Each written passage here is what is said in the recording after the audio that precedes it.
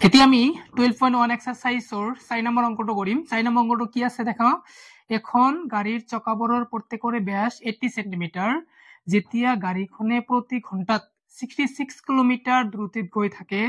প্ৰতিটো চকাই 10 মিনিটত কিমানটা সম্পূৰ্ণ ঘূৰণ কৰে তাৰ মানে আমাক এটা অংক দিছে অংকটোত প্ৰত্যেকটো চকাৰ ব্যাস আছে 80 সেন্টিমিটাৰ আৰু দ্ৰুতি আছে 66 কিলোমিটাৰ পাৰ আৱাৰ আৰু সময়টো আছে কিমান 10 মিনিটস তেন্তে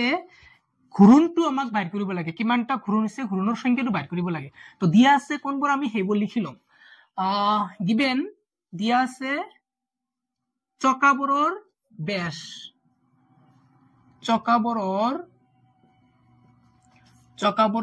আছে কিমান চকাবোৰৰ ব্যাস আছে 80 সেন্টিমিটাৰ আমি ইয়াৰ পৰা ব্যাসাৰ্ধ বাইৰ কৰিব পাৰি চকাবোৰৰ ব্যাসাৰ্ধ r equal to এটুক আমি আধা কৰি দিম এটি আধা কৰিলে কিমান হয় 40 সেন্টিমিটাৰ আকৌ দিছে দেখা দ্ৰুতি কিমান আছে দ্ৰুতিক আমি কি আখৰে বুজো ভি আখৰে বুজো কিমান আছে 66 কিলোমিটার পার আওয়ার এই কিলোমিটার পার আওয়ার টুক আমি কত লব লাগিব কোসুন সেন্টিমিটার পার মিনিটত লব লাগিব কারণ সময়টো মিনিটত আছে তো 66 ইনটু 1 কিলোমিটারত কিমান মিটার 1000 মিটার 1000 মিটার 1 মিটারত কিমান সেন্টিমিটার 100 সেন্টিমিটার ডিভাইডেড বাই এই আওয়ার টুক আমি কত লম মিনিটত লম কারণ 1 মিনিটত কিমান সেকেন্ড 60 সেকেন্ড বা 1 ঘন্টা 60 মিনিট এতিয়া আমি এই শূন্য ক্যান্সেল কৰিলো 6 গুণ 6 11 গুণ 66 এটা আছে কি 11 অন যা 11 ইয়াতে শূন্য আছে তিনিটা আৰু ইয়াতে শূন্য আছে এটা টোটাল আমি কি কৰি দিম 4টা শূন্য দিব পাৰি সেন্টিমিটার পার মিনিট লিখিম আকৌ আছে কি সময় আছে দেখা সময় t equal to কিমান আছে 10 minutes আমাক কি বাইর কৰিব লাগে সম্পূৰ্ণ ঘূৰণ বাইৰ কৰিব লাগে আমি এনেকে লিখিম সম্পূৰ্ণ ঘূৰণ ইকুৱেল টু আমি লিখিব পাৰি ফৰ্মুলাটো মুঠ দূৰত্ব বাই চকাৰ পৰিধি আমি লিখিব পাৰি ডাইৰেক্ট পৰিধি চকা মানে বৃত্তৰ পৰিধি এতিয়া আমি ক্লাস 9ত সাধাৰণ বিজ্ঞানত এটা বস্তু পঢ়িছিলো মুঠ দূৰত্ব এটা ফৰ্মুলা আছিল s = v *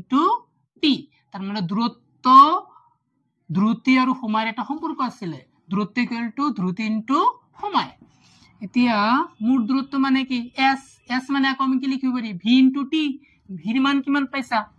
এটো আমি এটো চাইছে লিখি দিম 11 চাৰিটা শূন্য আছে into টিৰ মান কিমান আছে টিৰ মান 10 মিনিটস চকাৰ পৰিধিৰ ফৰ্মুলাটো কি আছিল 2 পাই r এতিয়া 11 চাৰিটা আমি শূন্য দিব পাৰি into 10 2 into পাইৰ মান 22/7 লিখিব পাৰি into ব্যাসাৰ্ধ কিমান আছিল 40 এতিয়া আমি এটো ইয়াতে লিখো ঠাই নাই 11 আমি 4টা শূন্য দিব পাৰি into 10 এই 7 টো তলত আছে ওপৰত দিলে কি হ'ব পূৰণ হ'ব তলত কি আছে 2 into 22 into কি আছে 4 0 আছে এতিয়া আমি এই শূন্য আৰু এই শূন্য কাটিব পাৰি 11 গুণ 11 2 গুণ 22 এটা আমি 3টা শূন্য লগাই দিব পাৰো ন আকৌ কি আছে 2 গুণ 2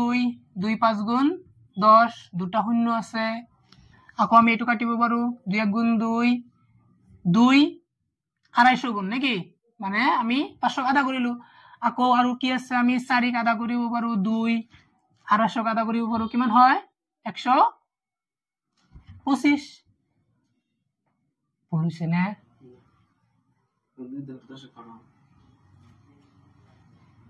এতিয়া আমি আকৌ কি কৰিব পাৰো এই শূন্য এই দুই দিয়ে আমি আধা কৰিব পাৰো এটুক আমি আধা কৰিব পাৰি এটা আছে কি 125 into 5 7 35 আমি এটু পূরণ করব 12535 5 গুণ 25 5 7 থেকে 2 5 গুণ 10 11 12 2 হাতে গেল 1 5 গুণ 5 হাতে রেখে 6 3 5 গুণ 15 5 হাতে থেকে 1 3 গুণ 6 হাতে রেখে 7 3 গুণ 3 5 7 কিমান হয় 13 और 3 হাতে গেল 1 3 আৰু 1 4 এনসাৰটো আমি কি পালো 4375 মানে ইমান বাৰ সম্পূৰ্ণ ঘূৰণ এটা আমি 5 নম্বৰ অংকটো কৰিম কি কৈছে তলত দিয়াবোৰত শুদ্ধ উত্তৰ চিন দিয়া আৰু তোমাৰ বাছনিৰ যুক্তি দৰ্শোৱা এটো এমসিকিউ হয় মাল্টিপল চয়েস কোশ্চেন কন্ডিশনটো আমি পঢ়ি চাও কি কৈছে যদি এটা বৃত্তৰ পৰিসীমা আৰু কালি সাংখ্যিকভাৱে সমান হয় তেন্তে বৃত্তটোৰ ব্যাসাৰ্ধ হল কি কৈছে দেখা বৃত্তৰ পৰিসীমাৰ ফৰ্মুলা কি আছিল 2 পাই r ইকুয়াল টু যেহেতু সমান কৈছে বৃত্তৰ কালিৰ ফৰ্মুলাটো কি আছিল পাই r স্কয়াৰ আমি এটো কেনেকৈ লিখিব পাৰি 2 পাই r ইকুয়াল টু পাই r স্কয়াৰ কেনেকৈ লিখিব পাৰি কোৱাচোন r ইনটু r এতে a r আৰু a r ক্যান্সেল a পাই আৰু a পাই ক্যান্সেল থাকিল কি 2 ইকুয়াল টু r তাৰ মানে আমি r ৰ মান কিমান পালো 2 এটো কত আছে অপশন এ ত আছে so option A is right 2 একক এটা বেশ সিম্পল আসলে